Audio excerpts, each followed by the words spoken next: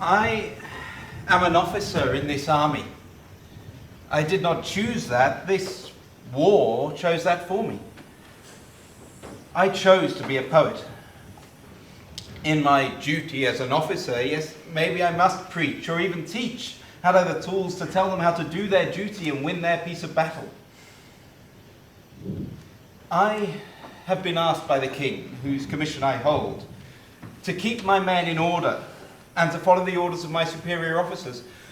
But to do so without teaching would just be the tragedy of blind obedience. My duty as a poet is not only to my soldiers, but to others who might themselves choose to read my poems. Them I cannot deceive. They will find me out and cast aside my work as that of a fraudster and a cheat. But perhaps it is my soldiers who know me. You all know me, who will be the best judge. So I certainly mustn't deceive you. And my superior officers who judge me even though they do not know me as you do. Well, I can't deceive them either.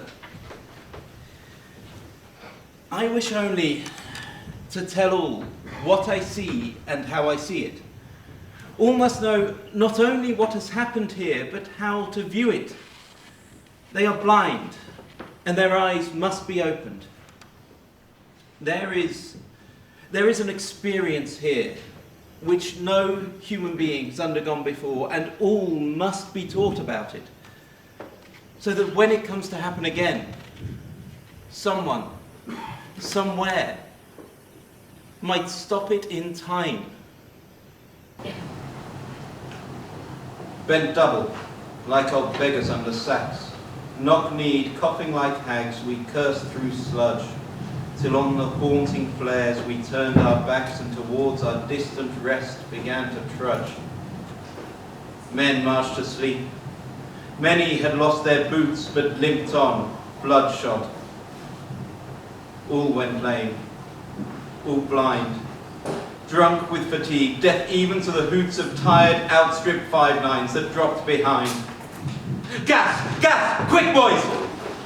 An ecstasy of tumbling, fitting the clumsy helmets just in time. But someone still was yelling out and stumbling and floundering like a man in fire or lime. Dim, through misty panes and thick green light, as under a green sea, I saw him drowning. See, that's what happened to you lot if you don't put those bloody things on.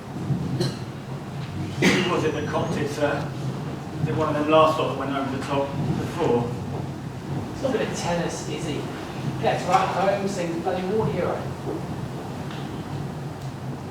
In all my dreams, before my helpless sight, he plunges at me, guttering, choking, drowning. If, in some smothering dreams, you too could pace behind the wagon we flung him in, and watch the white eyes writhing in his face, his hanging face like a devil sick of sin. If you could hear, at every jolt, the blood come gargling from froth-corrupted lungs, obscene as cancer, bitter as the cud of vile, incurable sores on innocent tongues, my friend, you would not tell with such high zest to children ardent for some desperate glory the old lie, dulce et decorum est pro patria mori. Well, that did cheer us up. Thanks, sir. Only remember, only remember, only remember for what we have done. Thus would we pass from this earth and its toiling, only remembered for what we have done. Open up! We have been granted permission to commence redevelopment work on this property. You should have been given advance warning of this.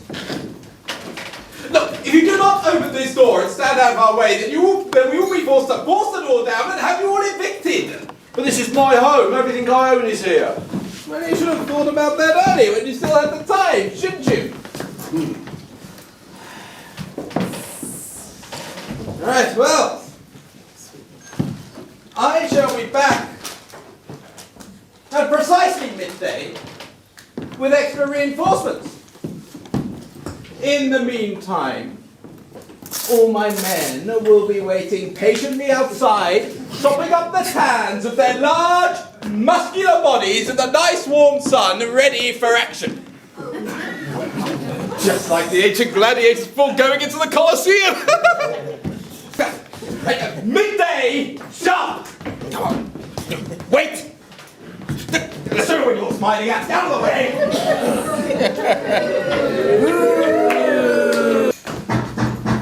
Okay, your time's up. You now have to evacuate the building. Never! No! You go ejaculate yourself first. Okay, so you're not going to go peacefully?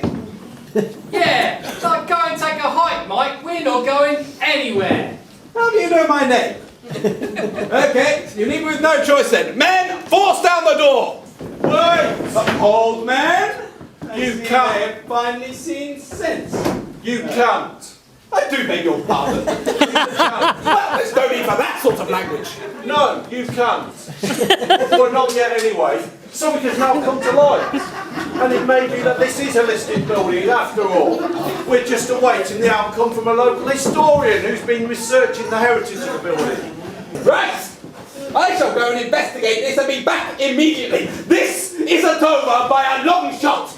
You shall hear from me again as soon as I find out what the hold-up is. Out of the way! So you can now finally let me and my men in to commence work? Yes, open the door. We can still do this. No, it's too late. Please, just open the door. Right, come on, man, let's get going. I said, come on, man, we have a lot of work to do. Oh, what's the hold up now? Look, the sooner we get started, the sooner you will get paid. Men?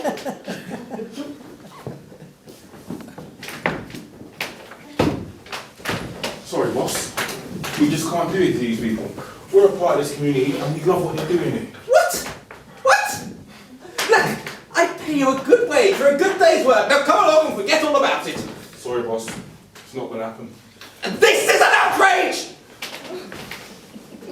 I'm off. I've had it with this community. Well, this community spirit of bonding. What is this, Castro's Cuba? Yeah, that's me, brother. Yeah, and I'm busy Comrade Chain. And we're all Spartacus! I give in. Well, I bid you goodbye then, Mr. Fish and Chips. It seems you have something here worth much more than money. Yes, we have a real community that really cares. Something you know little of.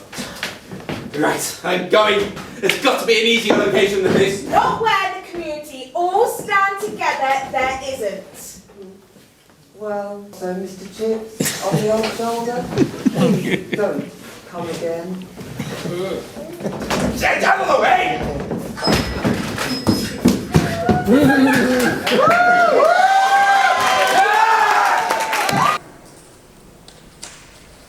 If, in some smothering dream, you too could pace behind the wagon we flung him in, and watch the white eyes writing in his face, his hanging face like a devil sick of sin. If you could hear, with every jot, the blood come gargling from froth-corrupted lungs, obscene as cancer, bitter as the vile, incurable swords on innocent tongues, my friend, you would not tell with such high zest to children ardent for some desperate glory the old lie. Dulce et decorum est pro patria mori.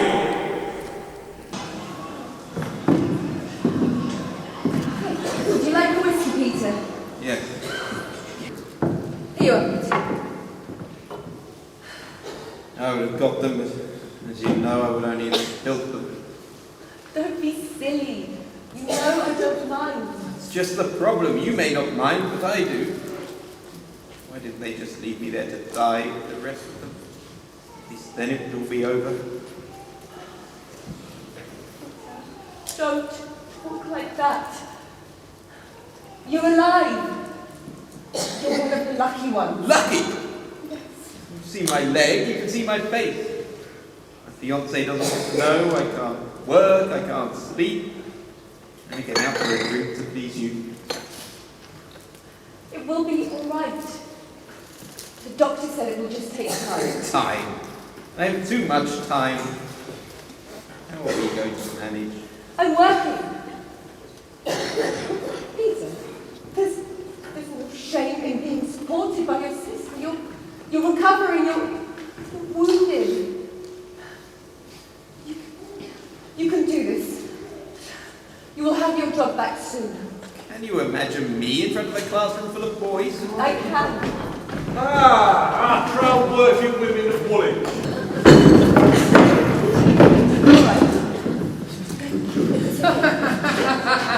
It's just a beer crate. Anyone would think you'd been shot at. Sorry about that idiot. He wasn't with us, you know. Thank you for helping, Peter. Yes, thank you. You must think I'm so... We see I just reacted. Well, thank you anyway. Can we buy you a drink? Thank you, that'd be nice. What would you like to drink? Or to have half a stout, please. My brother is at the front, you know. Been there for some time. Really? Yes, it's hard not knowing. Is he safe? Does he know how much we all love and miss him? We do think about the ones at home during the quiet times. I never thought about what it must be like for them, for Jenny and my parents. We just hang on to the fact that they are safe and they love us. And we miss them. Do you miss your men? The men, yes. Not the war. If I can help in any way, I don't live far away. I don't need pity, you know. I'm sorry. I didn't... Please, I just... don't take offense. He doesn't mean anything by it. He's finding it hard. What she means is, I'm a little mad at the moment, but I'll be all right soon! Oh, Peter, that's the first time I've heard you laugh since you come back from the hospital.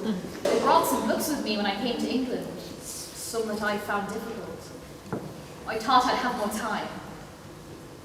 Maybe if you wouldn't mind, you could help me with some of those. You're a teacher. Do you know, that sounds like a good idea. There'd be suicides for the men. So many. Shell! Oh God! His face! I have to save it. I have to save it. I have to save it. I have to save them. Safe, you're here. Wake up, you're here with me, Jenny. You're safe, Peter. Safe. Safe? Safe from what? The sound? Safe from the smell? Safe from what I've seen? I might be safe, but will I ever be free of it? Peter, you will. You will. Your mind will adjust. Your wounds will heal. You'll learn to forget and you will learn to be yourself again. I will never be that. Jenny, the things I've seen, the things I've experienced, the waste, the needless slaughter of young lives, my friends, my comrades, not just the dying, the way they died. He was born Oscar Fingal O'Flaherty Wills Wilde, son of Sir William Wilde, surgeon and author. John Butler Yeats is a painter and illustrator and the father of William Butler Yeats, born on the 13th of June, 1865. I'm not sure I'm going to teach you anything. Oh, I have plenty to learn and I'm very excited at the thought of everything you can teach me. I'm so glad you like Yeats. His work is so inspiring. I will arise and go now, and go to Innisfree. Sorry. No, it's Well, I think I want to go back to teaching, back to my old job. Peter, what wonderful news. Oh. Peter, what are you doing here? This is my friend David Baldwin. We, that is, David and I, well, we wondered if you and Edith might like to join us for a stroll in Greenwich Park this Sunday. That's if Edith and yourself would like to. How did you read it? I've heard a lot about you. I've just got back and I'm waiting to be demobbed. Yes, David and I fought together. And now I've got to go back to my old job in architecture. Edith, what do you think? Well, well, well, that's the first time Edith has had nothing to say in all the time I've known her. I think that means yes. I can be quiet. There's just a lot to say sometimes. Dr. King, where do you stand with Malcolm X? Are your views in agreement? Well, I do not agree with his philosophical beliefs, but I do understand where he stands now. Where does he stand now? Well, I am not really in a position to say. So if you want to know, feel free to speak with him yourself.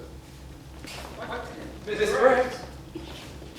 Well, it's Mr. Little, isn't it? Can we have a word? Maybe ask some questions? Well, as you can see, I'm quite busy at the moment, but you give me half an hour. You can sit alone. Thank you for giving us your time. I suppose first, I'd like to address the mystery, if you like, that surrounds your name. Why do you call yourself Malcolm X? Because your name is Little, isn't it? Little is the slave name that was given to my forebears by the white slave masters. It's not a name I wish to continue throughout my life. X represents an unknown African heritage, one I share with all African Americans right here in this country. But you have joined the Nation of Islam, which I suppose has its origins outside of this country.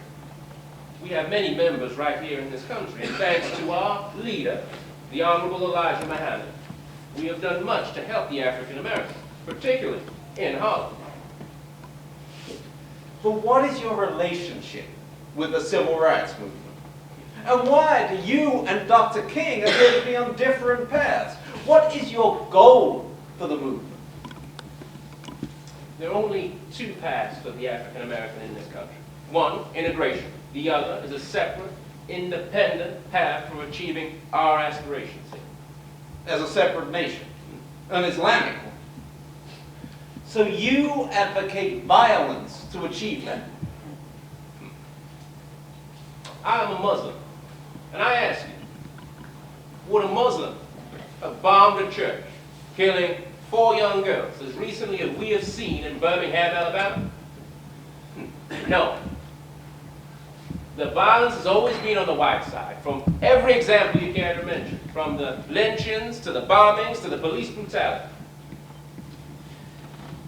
As you say, you are a Muslim, and we know that you have joined the so-called Nation of Islam.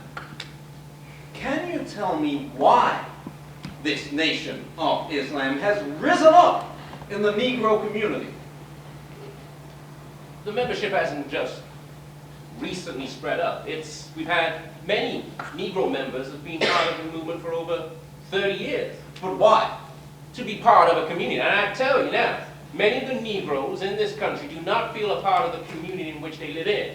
Why not? Because those communities are controlled by the whites, and their policy is to control, oppress, and segregate black people. So, unlike Dr. King, you would advocate for a separation of the Negro community instead of integration on an equal basis? We must have equality, but we must also have control over the economics within our own communities. We cannot hope to develop either integrated or separately without ownership over our own education and the economics. But how do you propose that this is achieved?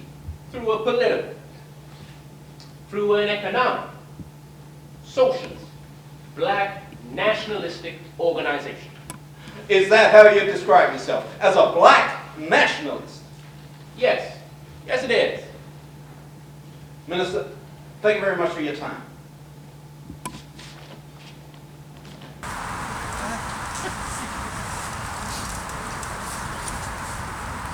In this same interlude, it doth befall that I, one stout by name, present a wall, and such a wall as I would have you think had in it a crannied hole or chink, through which the lovers, Pyramus and Thisbe, did whisper often very secretly. This loam, this rough cast of this stone doth show that I am that same wall, the truth is so. And this the cranny is right and sinister, through which the fearful lovers are to whisper. Do you require lime and hair to speak better? It is the wittiest partition that ever I heard, my lord. Where is Philostrate? Call him hence, for he would love to see this wall here shown. Silence! Philostrate draws near the wall. Silence! Pyramus draws near the wall. Wall, oh sweet and lovely wall, that standest between her father's ground and mine. Oh wall, oh sweet and lovely wall, show me thy chink to blink with mine eye. Thanks, courteous wall, Jove shield thee well for that. But what see I? No Thisbe do I see. O wicked wall, for whom I see no bliss, cursed be thy stones for thus deceiving me. Don't you think so, Philostrate? No, in truth, sir, you should not. Deceiving me is Thisbe's cue. She is to enter and I am to spy her through the wall. You shall see in full patch as I told you. Yonder she comes.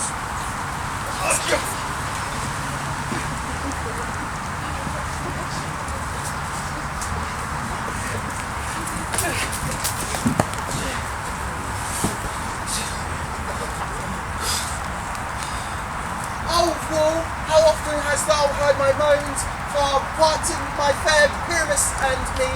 How often has I kissed thy stone, and with hair knit up in thee?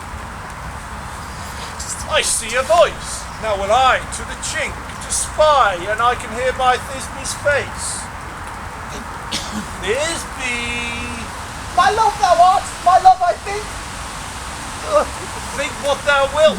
I am thy lover's grace, and like Limanda, I am trusty still.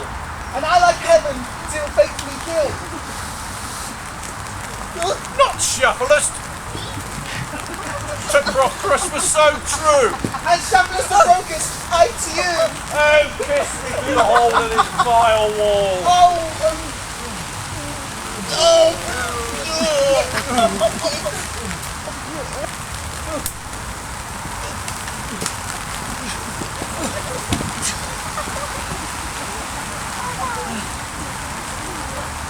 Yes, have I wool? Thy heart is your heart.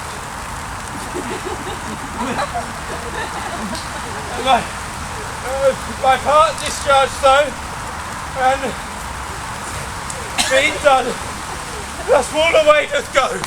Now is the mural down.